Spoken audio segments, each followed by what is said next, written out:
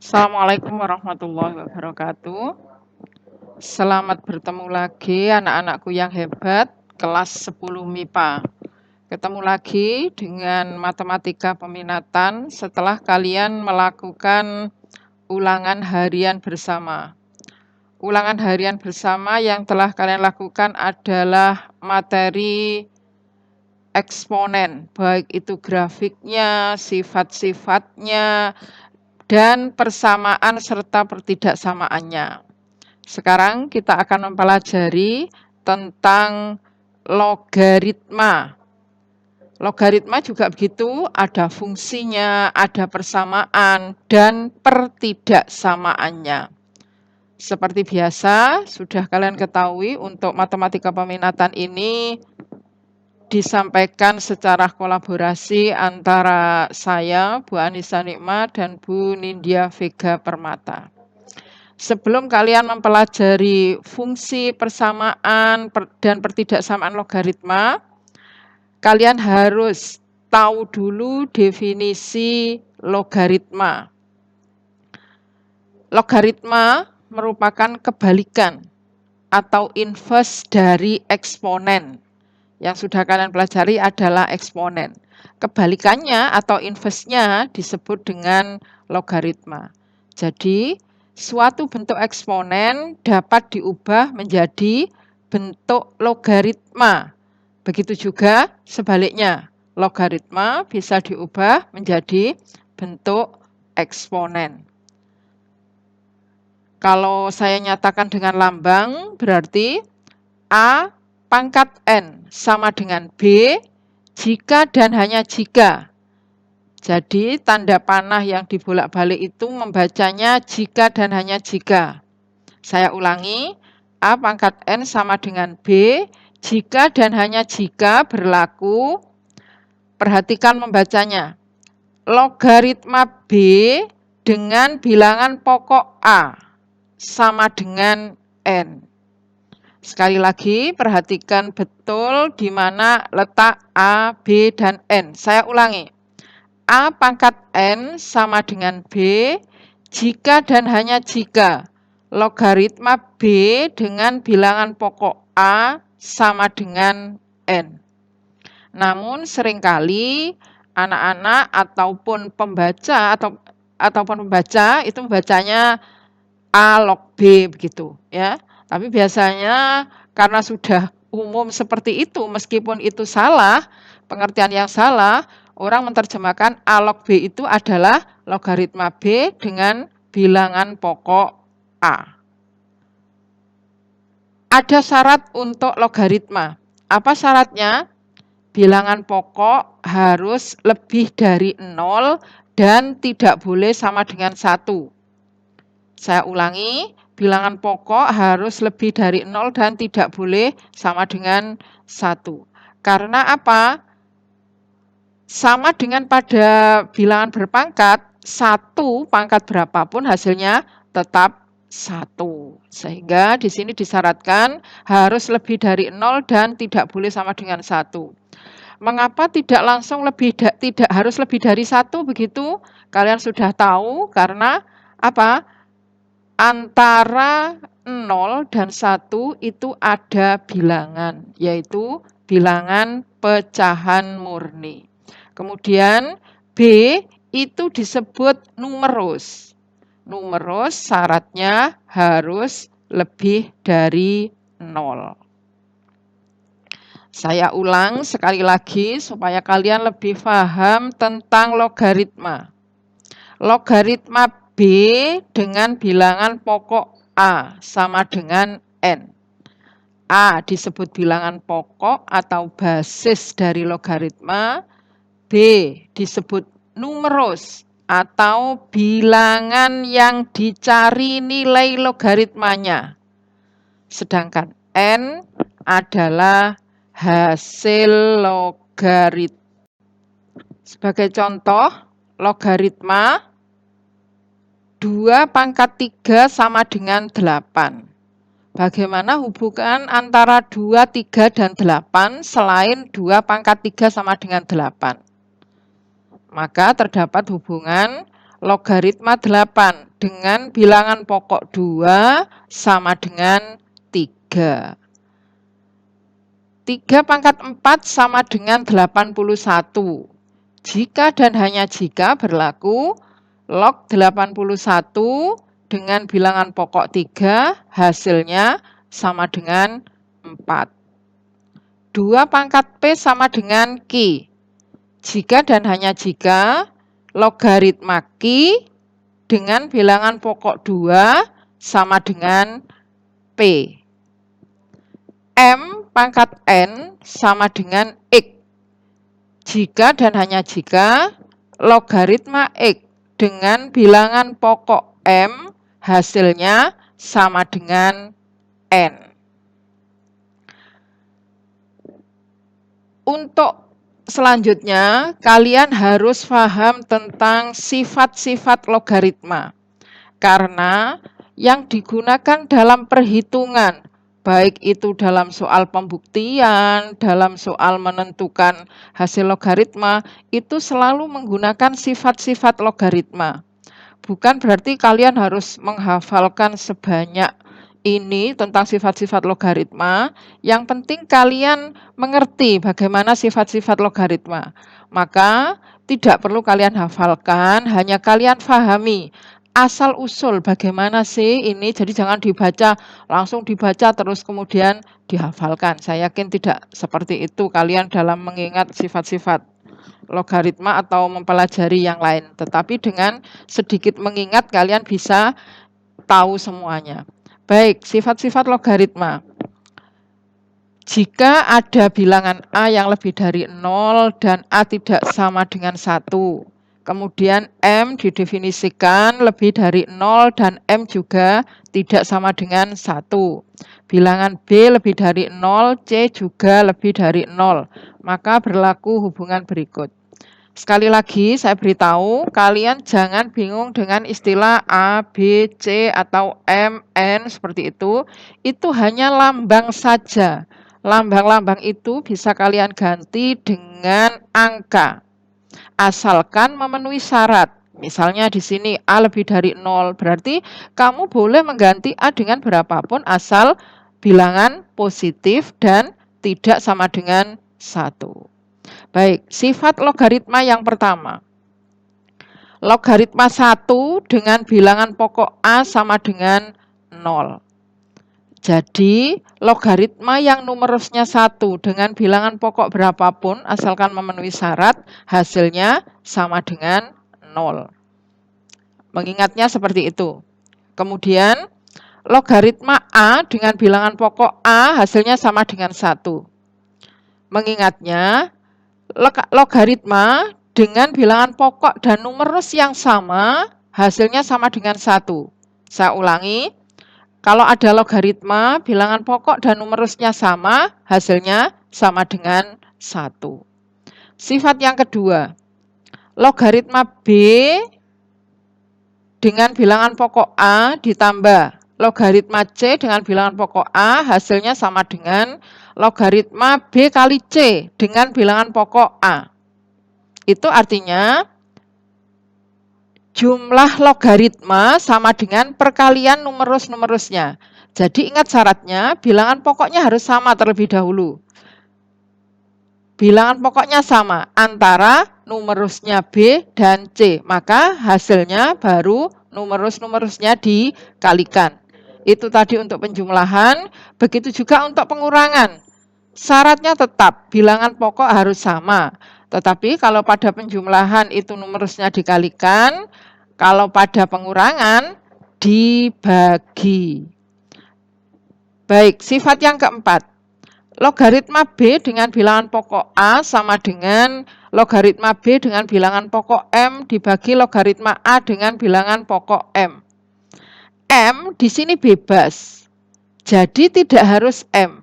Yang penting bilangan pokok, pembilang, dan penyebut sama. Ini nanti biasanya kalian untuk menghitung nilai logaritma. Jadi tidak harus kalian tentukan bilangan pokoknya 2 atau 3, haruskah seperti itu? Tidak. Tetapi yang penting antara pembilang dan penyebut bilangan pokoknya sama. Kemudian sifat yang kelima. Sifat yang kelima ini ada kaitannya nanti dengan sifat yang ke-10. Logaritma B pangkat N dengan bilangan pokok A pangkat M sama dengan N per M kali logaritma B dengan bilangan pokok A. Jadi, kalau pangkatnya terletak pada numerus, untuk mengingatnya, kalau pangkatnya terletak pada numerus, maka dikalikan dengan logaritmanya. Tetapi kalau pangkatnya terletak pada bilangan pokok, maka dibagi dengan logaritmanya. Perhatikan, N itu adalah pangkatnya numerus, M adalah pangkatnya bilangan pokok. Sehingga nomor 5 itu hasilnya N per M kali logaritma B dengan bilangan pokok A. Tadi saya katakan ada kaitannya dengan nomor 10. Kalau nomor 10 itu kan pangkat dari numerus dan pangkat dari bilangan pokok itu sama, yaitu M. Sehingga menjadi M per M. M per M hasilnya sama dengan 1. Jadi logaritma B pangkat M dengan bilangan pokok A pangkat M sama dengan logaritma B dengan bilangan pokok A. Baik, sifat yang keenam. A pangkat logaritma B dengan bilangan pokok A hasilnya sama dengan B. Ini bukan berarti A podo karo A dicoret-coret, itu bukan. Tetapi ini adalah sifat. Sama dengan nomor 7.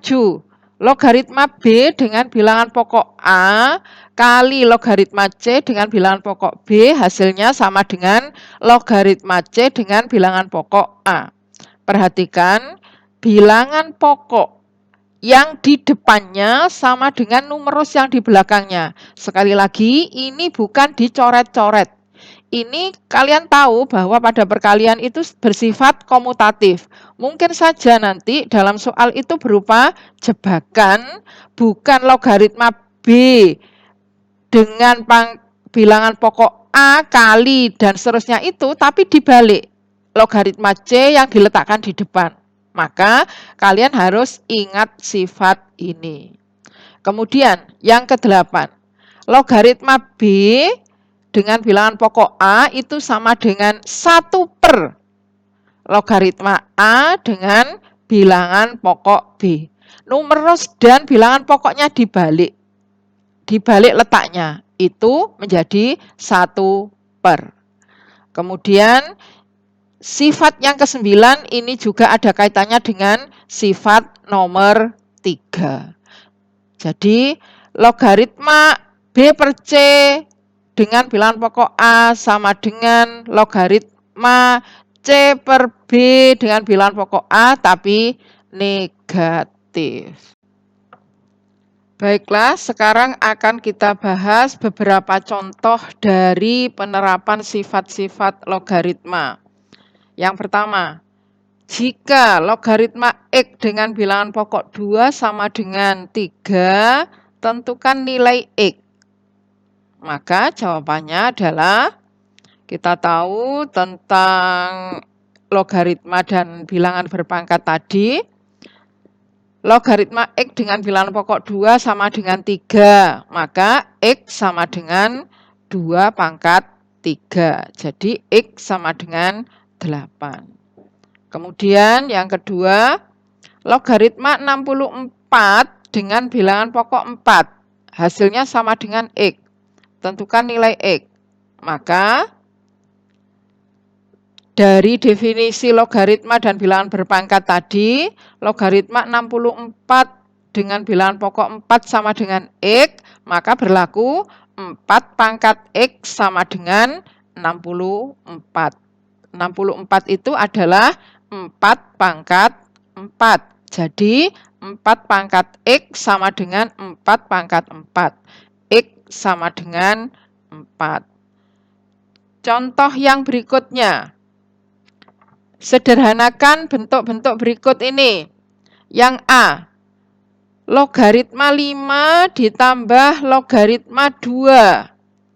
Maka log 5 ditambah log 2 sama dengan, ya numerusnya dikalikan logaritma 5 kali 2 sama dengan log 10. Log 10 sama dengan 1. Kalau tidak ada bilangan pokoknya, jadi kalau pada logaritma itu tidak ada bilangan pokoknya, maka dianggap bilangan pokoknya itu sama dengan 10. Jadi log 10 itu maksudnya 10 log 10 sama dengan 1. Kemudian yang kedua, logaritma 16 dengan bilangan pokok 2 dikurangi logaritma 4 dengan bilangan pokok 2 sama dengan logaritma 16 dibagi, karena dikurangi maka numerusnya dibagi. Logaritma 16 dibagi 4 dengan bilangan pokok 2. 4 itu sama dengan 2 pangkat 2.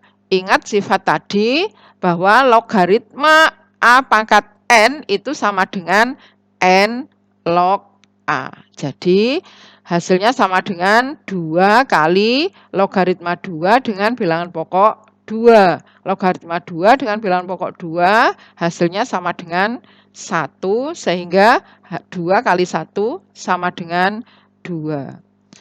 Contoh yang ketiga, 2 kali logaritma 5 dengan bilangan pokok A dikurangi 3 kali logaritma 2 dengan bilangan pokok A.